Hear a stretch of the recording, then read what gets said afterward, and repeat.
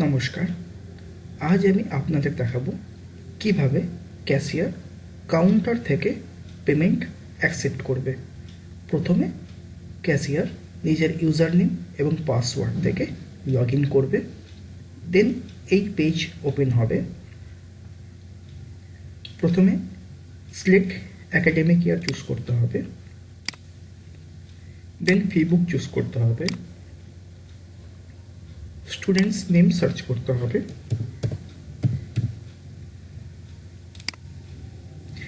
যে স্টুডেন্টসের ফিস কালেক্ট করতে চাইছি তার উপর ক্লিক করতে হবে সার্চ করে।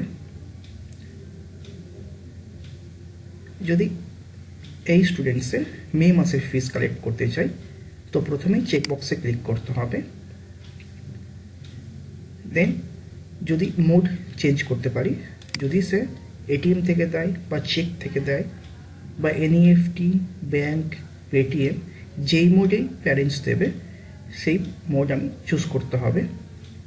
যদি ক্যাশে দেয় ক্যাশ চুজ করব। যদি আজকের ডেটে দেয় ডেট চুজ করব। দেন আপডেট ফিসে ক্লিক করব।